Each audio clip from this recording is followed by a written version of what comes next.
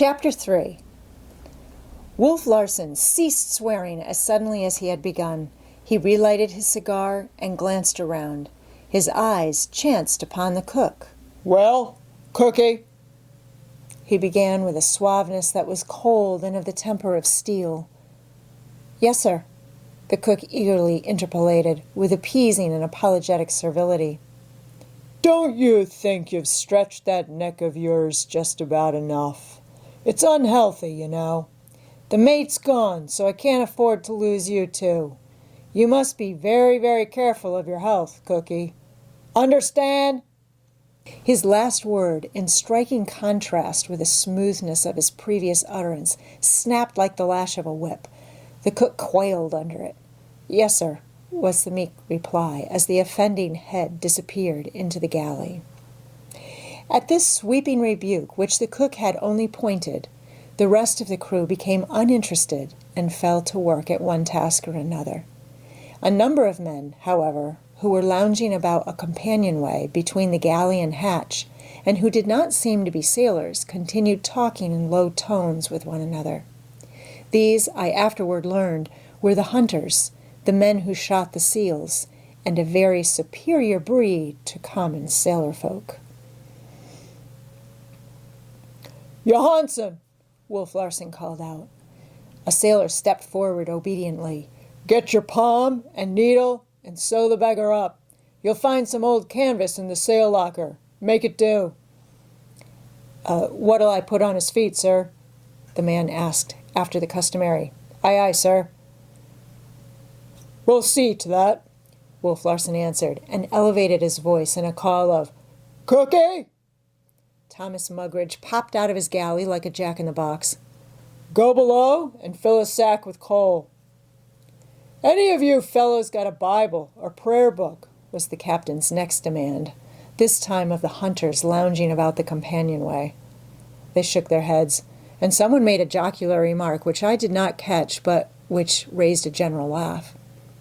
Wolf Larson made the same demand of the sailors. Bibles and prayer books seemed scarce articles, but one of the men volunteered to pursue the quest among the watch below, returning in a minute with the information that there was none. The captain shrugged his shoulders. "Then we'll drop 'em over without any palaverin', unless our clerical-looking castaway has the burial service at sea by heart." By this time, he had swung fully around and was facing me. "You're a preacher, aren't you?" he asked. The hunters, there were 6 of them, to a man, turned and regarded me. I was painfully aware of my likeness to a scarecrow.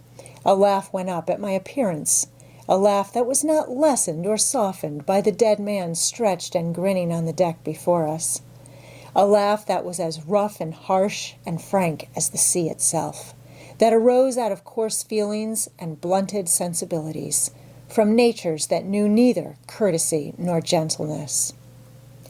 Wolf Larson did not laugh, though his gray eyes lighted with a slight glint of amusement, and in that moment, having stepped forward quite close to him, I received my first impression of the man himself, of the man as apart from his body and from the torrent of blasphemy I had heard him spew forth. The face, with large features and strong lines of the square order, yet well filled out, was apparently massive at first sight, but again, as with the body, the massiveness seemed to vanish, and a conviction to grow of a tremendous and excessive mental or spiritual strength that lay behind, sleeping in the deeps of his being. The jaw, the chin, the brow rising to a goodly height, and swelling heavily above the eyes. These, while strong in themselves, unusually strong, seemed to speak an immense vigor or virility of spirit that lay behind and beyond and out of sight. There was no sounding such a spirit, no measuring, no determining of metes and bounds, nor neatly classifying in some pigeonhole with others of similar type. The eyes, and it was my destiny to know them well, were large and handsome, wide apart as the true artists are wide, sheltering under a heavy brow and arched over by thick black eyebrows. The eyes themselves were of that baffling protean gray, which is never twice the same, which runs through many shades and colorings like inner-shot silk in sunshine, which is gray, dark and light, and greenish-gray, and sometimes of the clear azure of the deep sea. They were eyes that masked the soul with 1,000 guises, and that sometimes opened, at rare moments, and allowed it to rush up as though it were about to fare forth nakedly into the world on some wonderful adventure. Eyes that could brood with the hopeless somberness of leaden skies, that could snap and crackle points of fire like those which sparkle from a whirling sword, that could grow chill as an Arctic landscape, and yet again that could warm and soften and be all a dance with love lights, intense and masculine, luring and compelling, which at the same time fascinate and dominate women till they surrender in a gladness of joy and of relief and sacrifice.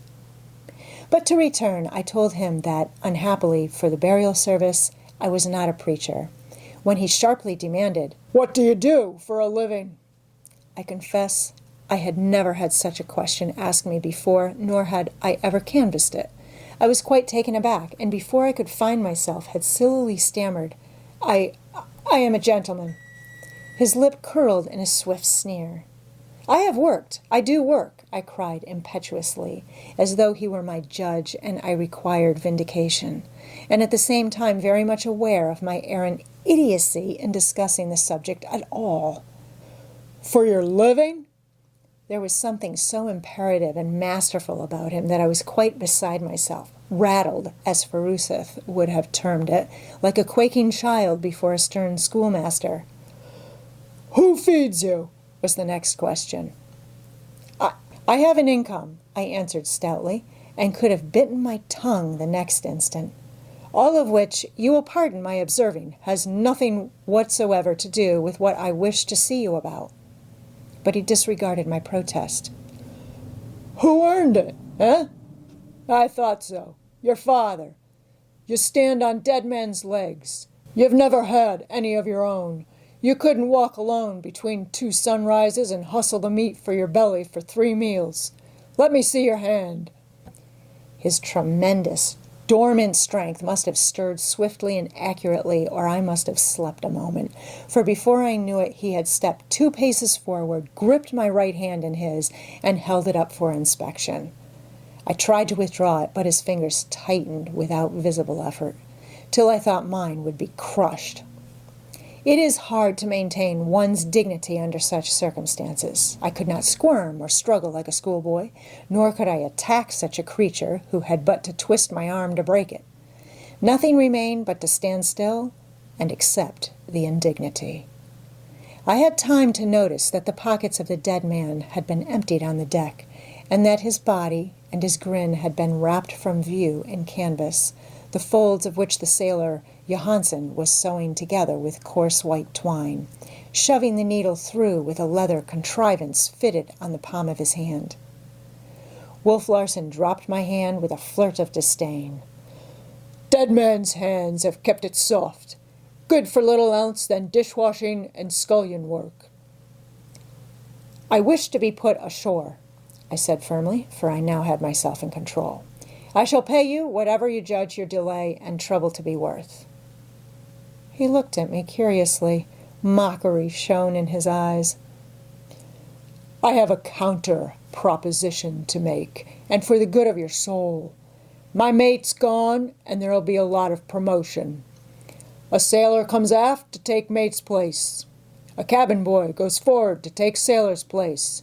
And you take the cabin boy's place. Sign the articles for the cruise. $20 per month and found. Now, what do you say? And mind you, it's for your own soul's sake. It will be the making of you. You might learn in time to stand on your own legs, and perhaps to toddle along a bit." But I took no notice. The sails of the vessel I had seen off to the southwest had grown larger and plainer. They were of the same schooner rig as the Ghost, though the hull itself I could see was smaller. She was a pretty sight, leaping and flying toward us and evidently bound to pass at close range. The wind had been momentarily increasing, and the sun, after a few angry gleams, had disappeared. The sea had turned a dull leaden gray and grown rougher, and was now tossing foaming whitecaps to the sky. We were traveling faster and heeled farther over. Once, in a gust, the rail dipped under the sea, and the decks on that side were for the moment awash with water that made a couple of the hunters hastily lift their feet. "That vessel will soon be passing us," I said, after a moment's pause. "As she is going in the opposite direction, she is very probably bound for San Francisco." "Very probably," was Wolf Larson's answer, as he turned partly away from me and cried out, "Cookie! Oh, Cookie!" The Cockney popped out of the galley. "Where's that boy? Tell him I want him." "Yes, sir," and Thomas Mugridge fled swiftly aft and disappeared down another companionway near the wheel. A moment later he emerged, a heavy-set young fellow of 18 or 19 with a glowering, villainous countenance trailing at his heels. "Here he is, sir," the cook said. But Wolf Larson ignored that worthy, turning at once to the cabin boy. "What's your name, boy?" "George Leach, sir," came the sullen answer, and the boy's bearing showed clearly that he divined the reason for which he had been summoned. "Not an Irish name," the captain snapped sharply. "O'Toole or McCarthy would suit your mug a damn sight better. And less very likely there's an Irishman in your mother's woodpile." I saw the young fellow's hands clench at the insult and the blood crawl scarlet up his neck.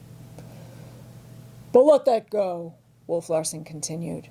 "You may have very good reasons for forgetting your name, and I'll like you none the worse for it as long as you toe the mark. Telegraph Hill, of course, is your port of entry. It sticks out all over your mug. Tough as they make them and twice as nasty. I know the kind. Well, you can make up your mind to have it taken out of you on this craft. Understand? Who shipped you, anyway?" "McCready and Swanson." "Sir," Wolf Larson thundered. "McCready and Swanson, sir," the boy corrected, his eyes burning with a bitter light. "Who got the advance money?" "They did, sir." "I thought as much, and damn glad you were to let them have it. Couldn't make yourself scarce too quick, with several gentlemen you may have heard of looking for you." The boy metamorphosed into a savage on the instant. His body bunched together as though for a spring, and his face became as an infuriated beast's as he snarled, "It's a—" "A what?" Wolf Larson asked, a peculiar softness in his voice, as though he were overwhelmingly curious to hear the unspoken word. The boy hesitated, then mastered his temper. "Nothing, sir. I take it back." "And you have shown me I was right." This with a gratified smile. "How old are you?" "Just turned 16, sir." "A lie. You'll never see 18 again. Big for your age at that, with muscles like a horse. Pack up your kit and go forward into the forecastle. You're a boat puller now. You're promoted, see?" Without waiting for the boy's acceptance, the captain turned to the sailor who had just finished the gruesome task of sewing up the corpse. "Johansen, do you know anything about navigation?" "No, sir." "Well, never mind. Your mate just the same. Get your traps aft into the mate's berth." "Aye, aye, sir," was the cheery response as Johansen started forward. In the meantime, the erstwhile cabin boy had not moved. "What are you waiting for?" Wolf Larson demanded. "I didn't sign for boat puller, sir," was the reply. "I signed for cabin boy. And I don't want no boat pulling in mine." "Pack up and go forward." This time Wolf Larson's command was thrillingly imperative. The boy glowered sullenly, but refused to move. Then came another stirring of Wolf Larson's tremendous strength. It was utterly unexpected, and it was over and done with between the ticks of 2 seconds. He had sprung fully 6 feet across the deck and driven his fist into the other's stomach. At the same moment, as though I had been struck myself, I felt a sickening shock in the pit of my stomach. I instanced this to show the sensitiveness of my nervous organization at the time, and how unused I was to spectacles of brutality. The cabin boy, and he weighed 165 at the very least, crumpled up, his body wrapped limply about the fist like a wet rag about a stick. He lifted into the air, described a short curve, and struck the deck alongside the corpse on his head and shoulders, where he lay and writhed about in agony. "Well," Larson asked of me, "have you made up your mind?" I had glanced occasionally at the approaching schooner, and it was now almost abreast of us and not more than a couple of 100 yards away. It was a very trim and neat little craft. I could see a large black number on one of its sails, and I had seen pictures of pilot boats. "What vessel is that?" I asked. "The pilot boat, Lady Mine," Wolf Larson answered grimly. "Got rid of her pilots and running into San Francisco. She'll be there in 5 or 6 hours with this wind." "Will you please signal it then, so that I may be put ashore?" "Sorry, but I've lost the signal book overboard," he remarked, and the group of hunters grinned. I debated a moment, looking him squarely in the eyes. I had seen the frightful treatment of the cabin boy and knew that I should very probably receive the same, if not worse. As I say, I debated with myself, and then I did what I consider the bravest act of my life. I ran to the side, waving my arms and shouting, "Lady Mine, ahoy! Take me ashore! $1,000 if you take me ashore!" I waited, watching two men who stood by the wheel, one of them steering. The other was lifting a megaphone to his lips. I did not turn my head, though I expected every moment a killing blow from the human brute behind me.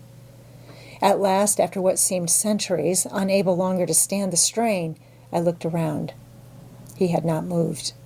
He was standing in the same position, swaying easily to the roll of the ship and lighting a fresh cigar.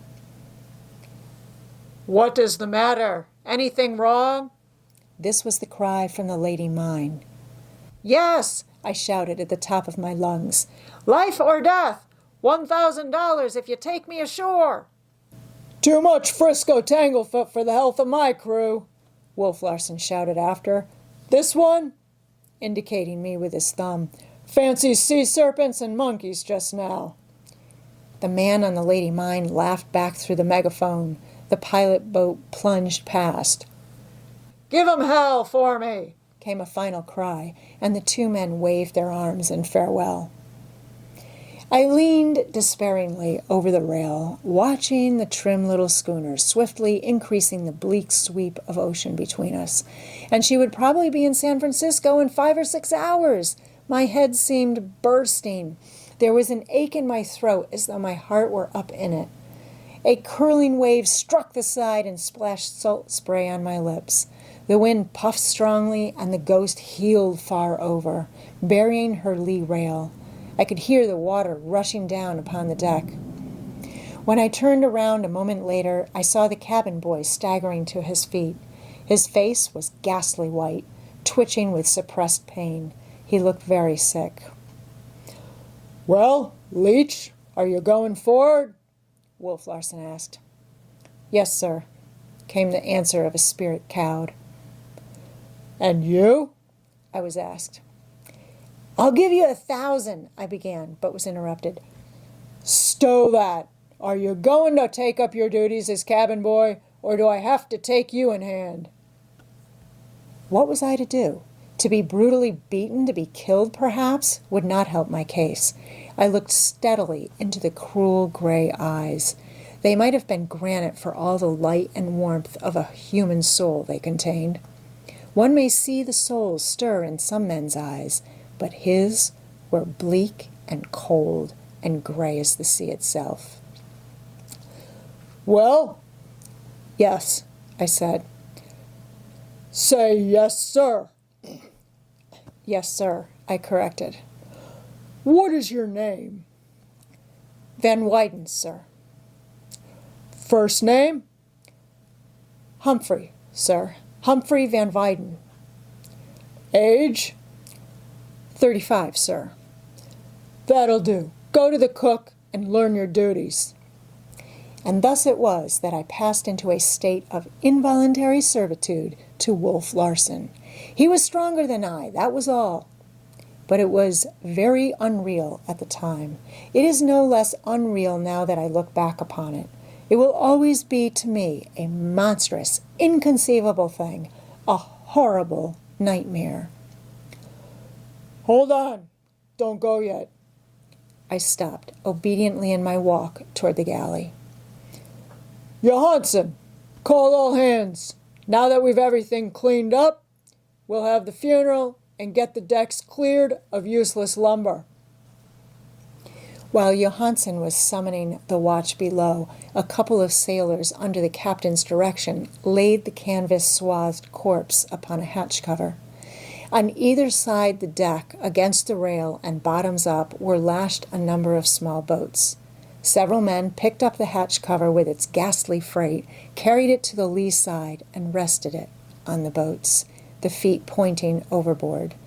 To the feet was attached the sack of coal which the cook had fetched. I had always conceived a burial at sea to be a very solemn and awe-inspiring event, but I was quickly disillusioned by this burial at any rate. One of the hunters, a little dark-eyed man whom his mates called Smoke, was telling stories liberally, intersprinkled with oaths and obscenities. And every minute or so the group of hunters gave mouth to a laughter that sounded to me like a wolf chorus or the barking of hellhounds. The sailors trooped noisily aft, some of the watch below rubbing the sleep from their eyes, and talked in low tones together. There was an ominous and worried expression on their faces. It was evident that they did not like the outlook of a voyage under such a captain, and begun so inauspiciously. From time to time they stole glances at Wolf Larson, and I could see that they were apprehensive of the man. He stepped up to the hatch cover, and all caps came off. I ran my eyes over them. 20 men all told. 22 including the man at the wheel and myself. I was pardonably curious in my survey, for it appeared my fate to be pent up with them on this miniature floating world for I knew not how many weeks or months. The sailors in the main were English and Scandinavian, and their faces seemed of the heavy, stolid order. The hunters, on the other hand, had stronger and more diversified faces with hard lines and the marks of the free play of passions. Strange to say, and I noted it at once, Wolf Larson's features showed no such evil stamp. There seemed nothing vicious in them. True, there were lines, but they were the lines of decision and firmness. It seemed, rather, a frank and open countenance, which frankness or openness was enhanced by the fact that he was smooth-shaven. I could hardly believe, until the next incident occurred, that it was the face of a man who could behave as he had behaved to the cabin boy. At this moment, as he opened his mouth to speak, puff after puff struck the schooner and pressed her side under. The wind shrieked a wild song through the rigging. Some of the hunters glanced anxiously aloft. The lee rail, where the dead man lay, was buried in the sea, and as the schooner lifted and righted, the water swept across the deck, wetting us above our shoe-tops. A shower of rain drove down upon us, each drop stinging like hailstone. As it passed, Wolf Larson began to speak, the bareheaded men swaying in unison to the heave and lunge of the deck.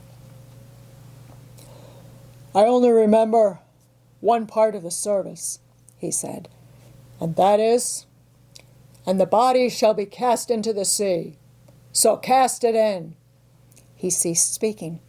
The men holding the hatch cover seemed perplexed, puzzled, no doubt, by the briefness of the ceremony. He burst upon them in a fury. Lift up that end there, damn you! What the hell's the matter with you? They elevated the end of the hatch cover with pitiful haste, and like a dog flung overside, the dead man slid feet first into the sea. The coal at his feet dragged him down. He was gone. Johansen, Wolf Larson said briskly to the new mate. Keep all hands on deck now they're here. Get in the topsails and jibs and make a good job of it. we're in for a southeaster. Better reef the jib and mainsail, too, while you're about it." In a moment, the decks were in commotion, Johansen bellowing orders and the men pulling or letting go ropes of various sorts, all naturally confusing to a landsman such as myself. But it was the heartlessness of it that especially struck me. The dead man was an episode that was past, an incident that was dropped, in a canvas covering with a sack of coal, while the ship sped along and her work went on. Nobody had been affected. The hunters were laughing at a fresh story of smokes, the men pulling and hauling, and 2 of them climbing aloft. Wolf Larson was studying the clouding sky to windward, and the dead man dying obscenely, buried sordidly and sinking down, down. Then it was that the cruelty of the sea, its relentlessness and awfulness, rushed upon me. Life had become cheap and tawdry, a beastly and inarticulate thing, a soulless stirring of the ooze and slime. I held on to the weather rail close by the shrouds and gazed out across the desolate, foaming waves to the low-lying fog banks that hid San Francisco and the California coast. Rain squalls were driving in between, and I could scarcely see the fog. And this strange vessel, with its terrible men, pressed under by wind and sea and ever leaping up and out, was heading away into the southwest, into the great and lonely Pacific expanse.